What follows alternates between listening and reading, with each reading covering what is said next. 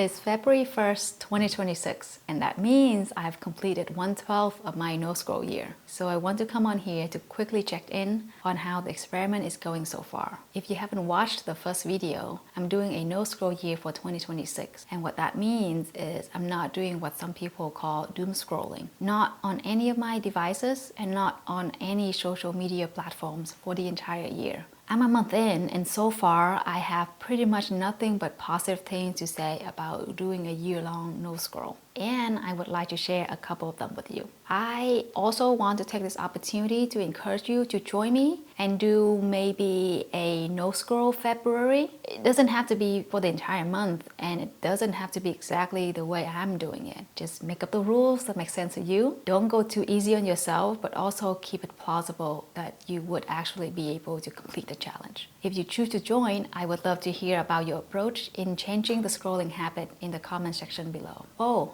also, if you know of someone who would benefit from doing this experiment, tell them to join too. The first change that I want to share right away is about my thoughts. In the introduction videos for this experiment, one of the reasons that I've mentioned is the low-key numbness that I felt. I haven't written anything or put any thoughts into words in a while. I used to keep a journal and would write down thoughts or any revelation that I have throughout the day. I used to write to my future self on my birthday and during the transition from one year to the next. I can't say that I still have that habit anymore, which in and of itself is fine. In time past, I've changed, but in the past maybe year or two, I've noticed the frequency of time when I have something I wanted to sit down and write has decreased dramatically. Within a month of scoping the scroll though, my thoughts is back. I didn't expect it, but I have probably written more in the last month than I have had in all of last year combined. I'm not a writer. I simply write down my thoughts for myself to help me process. My writing is unpolished and most of the time it just streams of consciousness. But I loved it. I don't feel as stale as I did at the end of last year. And since I have limited myself to only consuming pre-curated content, I'm able to give each piece appropriate amount of attention. More often than not, I pause a video to take notes and write what I think before continuing on.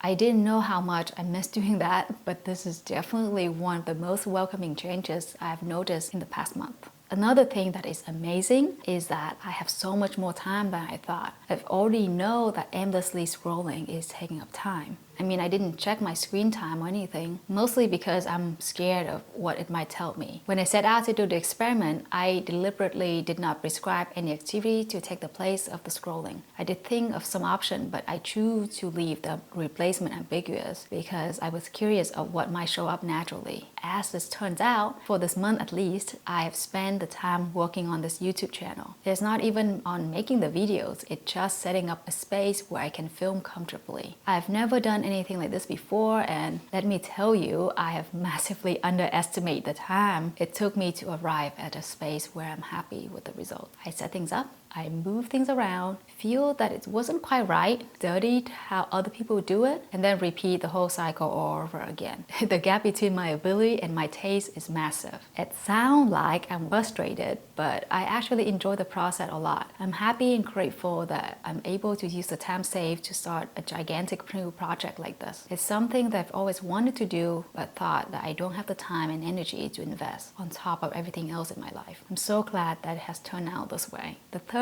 and last exciting discovery of my no-scroll year so far is completely unexpected. The time it takes for me to respond to people or things has noticeably shortened. I also don't procrastinate as much or as long. I didn't set out to stop procrastination. It was just the scrolling habit that I targeted. So this is a very pleasant side effect. When my brain is full, which happens a lot, I push off any incoming requests, no matter how small. For example, I receive a message, and if my brain is not ready, I will wait until I have the capacity to compose or respond. Sometimes I even put that in as a new to-do item so I won't forget. Nowadays, I just respond right away. Tasks that take less than 5 minutes doesn't even get to be on my to-do list. It feels quick, simple, and zero effort. Even procrastination is short-lived. In the past, when I scroll to avoid, I would get stuck there for hours thanks to the infinite feed design that is everywhere. Now, whatever I choose to distract myself with usually have built-in natural stopping point. Books have paragraphs, pages, and chapters, and it eventually ends. Exercise, walking, all have natural stop to them. So when it ends, I can get up and get started on what I need to do. It's a mystery to me, the reason why it's so much easier for me to do something else first instead of starting right away. But my need to do that doesn't have to swallow so much time and keep me trapped. All right.